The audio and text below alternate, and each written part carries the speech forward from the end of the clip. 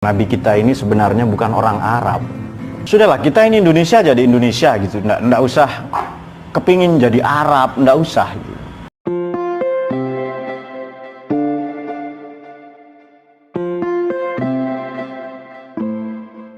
Komplain ke saya, Ustaz Somad, saya nggak maulah asyhadu anna Muhammadar Rasulullah. Kenapa? Saya nggak suka sama Arab. Belum ada. Sampai hari ini belum ada jamaah yang datang. Saya maunya nabinya orang Jawa pakai belangkon. Belum ada.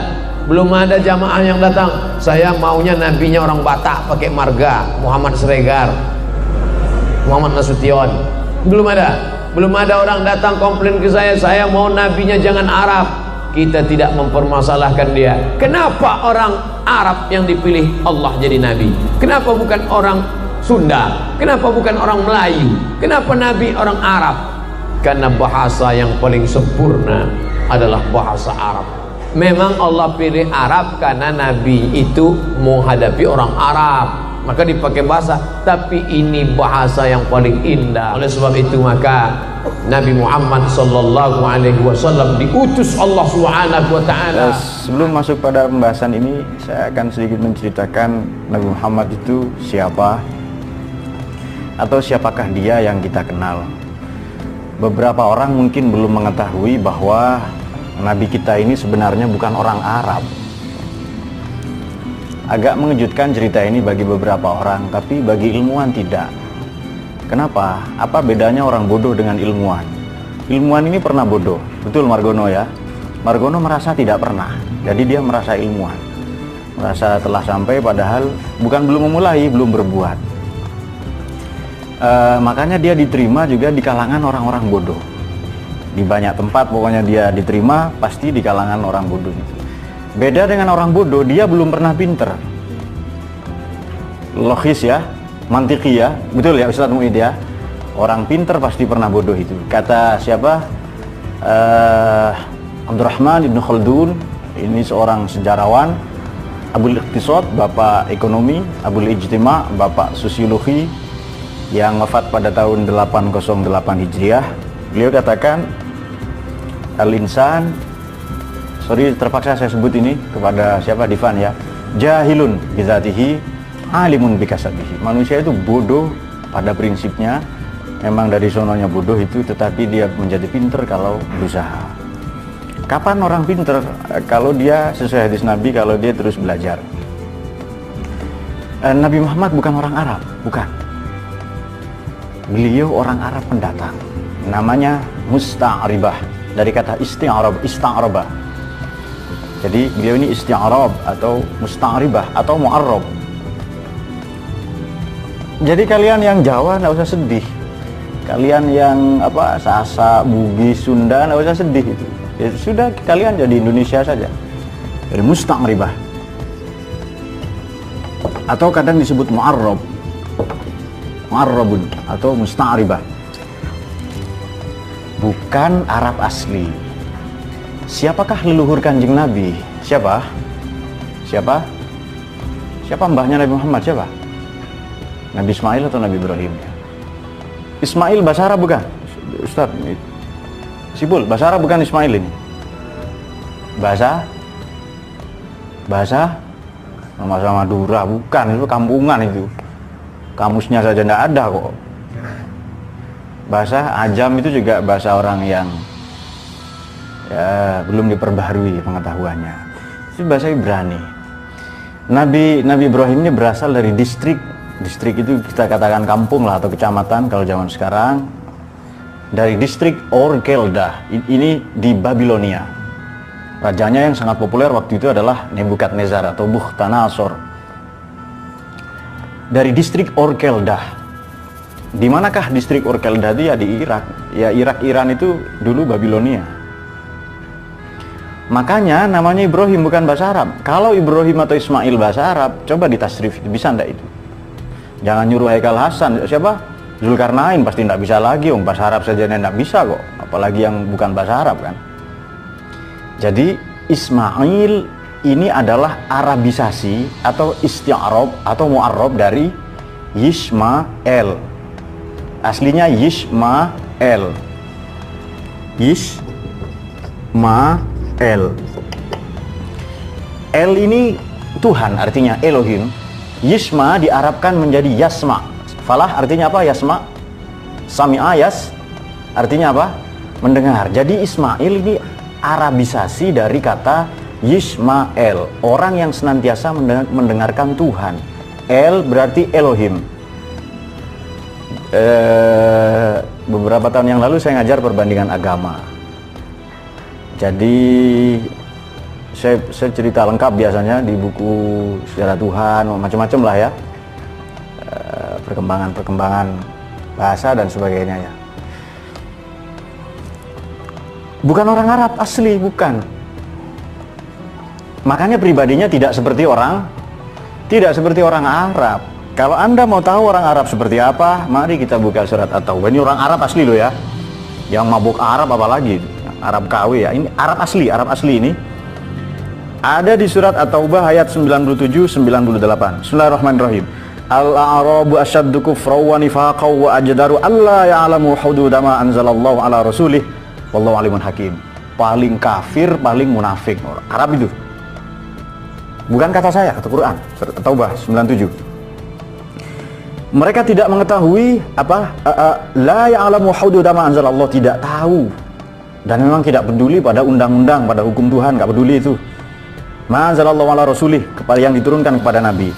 Sebagian dari orang Arab gurun ya, sobat gurun itu, wa minal a'rabi may yattakhidhu ma yunfiqu maghraman wa yatarabbasu bikumud dawair. Mereka beranggapan kalau infak ini buang-buang duit, dan yatarabbasu bikumud dawair, menginginkan nabi celaka dan mati. Arab asli itu. Ya, paham ya? Jadi kalian tidak usah sedih itu. Tampangnya tidak kayak Arab, kemudian pakaian tidak Arab, tidak usah sedih, santai saja. Quran itu nilai, Islam itu nilai. Perintahnya hanya pakai menutup aurat, silahkan sesuaikan dengan kebudayaan masing-masing. Boleh triplek, boleh terpal, boleh karpet, boleh pakai genteng, kardus, silahkan. Tidak harus gamis itu. Gamis bagus kalau pakai sholat, kalau pakai demo ya enggak. Sudah paham sampai di sini ya? Jadi Kanjeng Nabi bukan orang Arab asli, bukan. Mari kita uji pernyataan ini apa benar atau tidak. Jangan langsung percaya. Filosof mereka tidak percaya sebelum membuktikan. Benar itu benar setelah dibuktikan.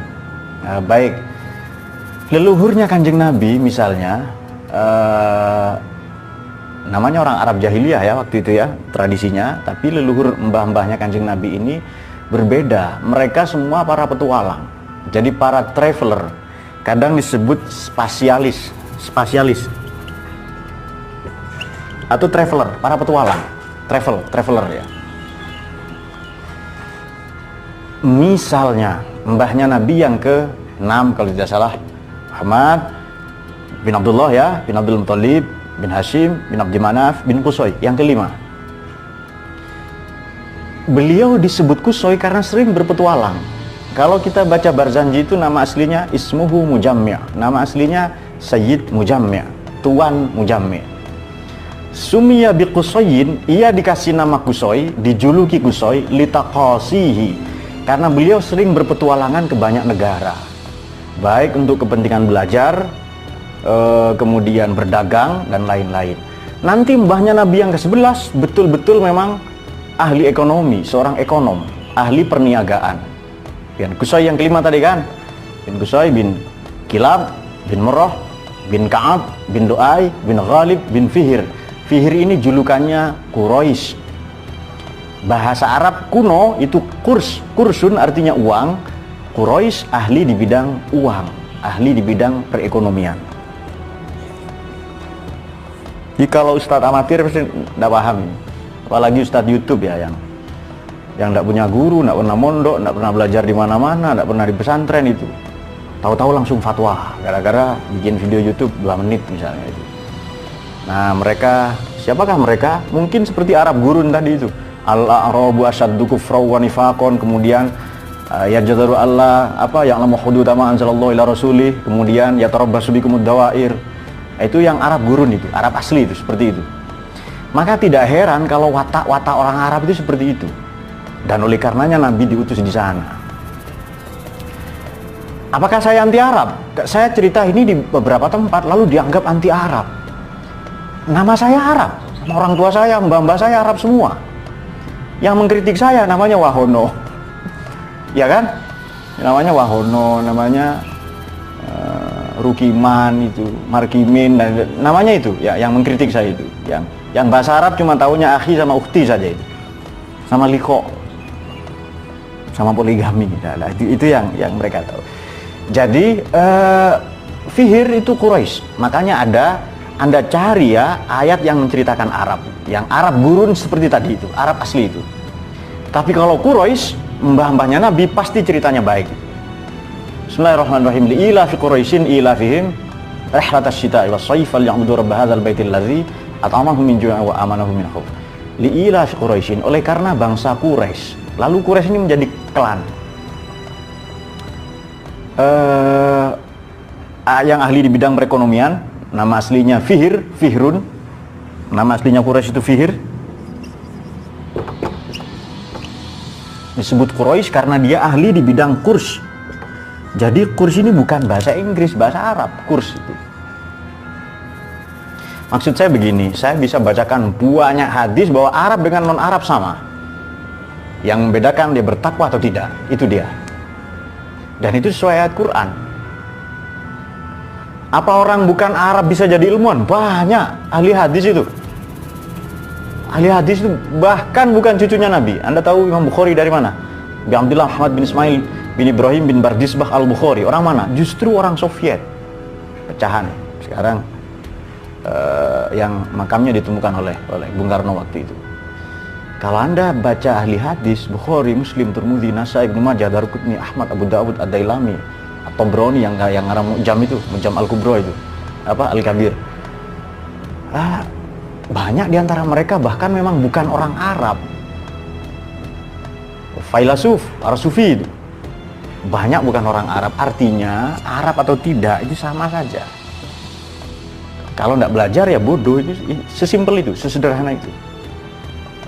Jadi Falahuddin, misalnya Falah ya, yang ditulis Palahuddin misalnya, seperti nama-nama di abad pertengahan, Paladins ya, di abad kegelapan Eropa lah, yang kemudian nyasar sampai ke Bogor ya, kegelapan di sana itu. Kalau Margono memang dia dan sekitarnya gelap, bahkan begitu Margono pergi terang, kampungnya Margono pergi terang. Jadi memang ketika Margono ada, ayam-ayam, ternak-ternak, binatang semua dijaga oleh penduduk sekitar. Betul ya? Betul itu. Karena merasa tidak aman. Sebenarnya tidak ada Margono tetap dijaga karena memang binatang ternak itu. Al-Bahaim ya. Karena bangsa Quraisy ini sering melakukan rihlah, perjalanan, kalau musim dingin Syita ke selatan, Ethiopia ke Yaman, kalau Soif ke utara, Mesir sampai ke Eropa, Romawi Timur ya, Maroko, Maghrib dan lain-lain. Maka mereka yang punya banyak uang, mereka yang begawan-begawan ekonomi, oleh Allah diminta untuk diperintahkan menyembah. Falya'budu rabb hadzal bait. Ayo sembahlah. Kalau orang-orang yang punya pengaruh, elit lah ya, baik elit politik, elit ekonomi, elit kebudayaan, dia sudah ya'budu rabb hadzal bait, menyembah Tuhan yang sama, pemilik Ka'bah itu, nanti diikuti oleh orang awam. Jadi dakwah itu yang efektif sebenarnya kepada mereka yang punya pengaruh. Itu dakwah yang efektif itu. Dan Tuhan di sana digambarkan sebagai Tuhan yang sangat punya kepedulian pada ekonomi, yakni allazi at'amahu min ju', yang ngasih makan dari kelaparan. Kan Tuhan peduli pada kemakmuran dan kesejahteraan. Amanah min khauf, baru nanti keamanan, baru stabilitas politik, baru konstelasi kebudayaan dan lain-lain. Nah, itu juga beberapa bukti bahwa jadi mbahnya Nabi ini petualang, di samping juga ekonom. Kemudian Sayyid Abdul Muthalib itu takmir masjid, pengelola daripada Ka'bah itu. Memang orang Arab dulu namanya lucu-lucu ya, namanya Abdus Syams, hambanya matahari. Kemudian Abbas ini artinya orang yang merengut terus, bermuka masam, dari kata abasa wa tawalla an ja'ahul a'ma. Jadi ketika Sayyid Abdul Muthalib, ketika istrinya hamil, siapa nama istrinya? Tentu saja Bu Thalib ya. Bu Thalib itu Ibu Thalib, istrinya hamil. Sayyid Abdul Muthalib ini cemas dengan segala bentuk ketidakadilan, penindasan. Lantas apalagi itu pakleknya Nabi ya, paman daripada baginda Nabi. Kemudian cemas dengan mereka yang menyembah berhala dan lain-lain, maka bermuka masam. Orang yang merengut terus, Abbas artinya merengut itu. Merengut pada cemas kepada masam, tidak suka kepada penganiayaan, ketidakadilan, perbudakan dan lain-lain. Ya enggak mau dikasih nama Abbas enggak apa-apa. Bagus daripada Margono, enggak ada artinya kan? Betul kan? Enggak ada artinya, enggak jelas, cari di kamus juga. Sampai sobek enggak ada ini. Nah, kalau ditulis di buku-buku sejarah, mengotori buku sejarah nanti. Kalau Margono diunggah ke YouTube, mengotori YouTube nanti itu. Pokoknya seperti itulah itu ya. Saran saya nggak usah jadi filosof, jadi banser saja. Itu langkah yang baik lah itu. Bagaimana dari jadi filosof nggak bisa kan, sudah terlambat ya. Kecuali dia mau memperbaiki diri di mana? Ya di tempat belajar kita ini. Maka akhlak Nabi ini tidak suka foya-foya, tidak seperti orang Arab pada umumnya. Dan memang Ka'bah ini posisinya kan lembah.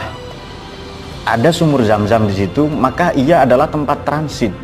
Dilalui banyak sekali kebudayaan, kota yang kosmopolit lah ya. Ada kan aktivis organisasi kalian lah yang tidak ilmiah itu loh. Menganggap Nabi ini Nabi revolusioner dari padang pasir katanya.